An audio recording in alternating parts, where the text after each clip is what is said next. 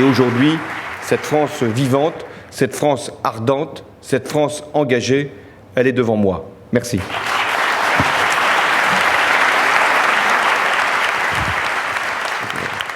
Bonjour Monsieur le Président, bonjour Madame la Ministre, bonjour à tous. Donc j'ai le plaisir d'animer les 4 tables rondes de ce matin.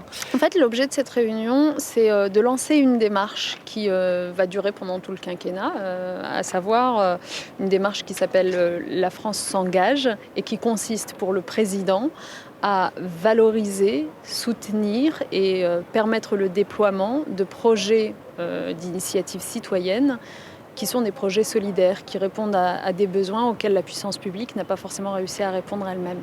Et ce qu'on a été capable de démontrer ce matin, c'est qu'au contraire, on peut construire ensemble et on peut avoir des grandes entreprises, c'est le cas de Total, qui viennent en soutien à l'innovation sociale, qui ne vont pas prétendre la remplacer, parce que ces grandes entreprises, tout comme nous, l'État, on sait très bien que cette innovation sociale, elle n'est possible que parce qu'il y a des individus hyper motivés qui ont une expertise de terrain.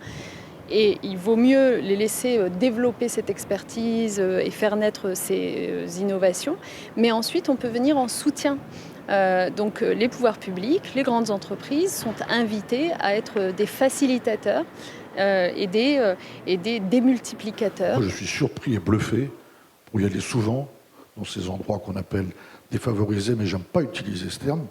Simplement, ces endroits où on a besoin de nous, eh bien, ils n'ont aucun préjugé, qu'on soit Total, le président de la République, la Caisse des dépôts et consignations, dont tu as oublié de parler tout à l'heure, eh bien, on est attendu de pied ferme et surtout on est attendu pour délivrer.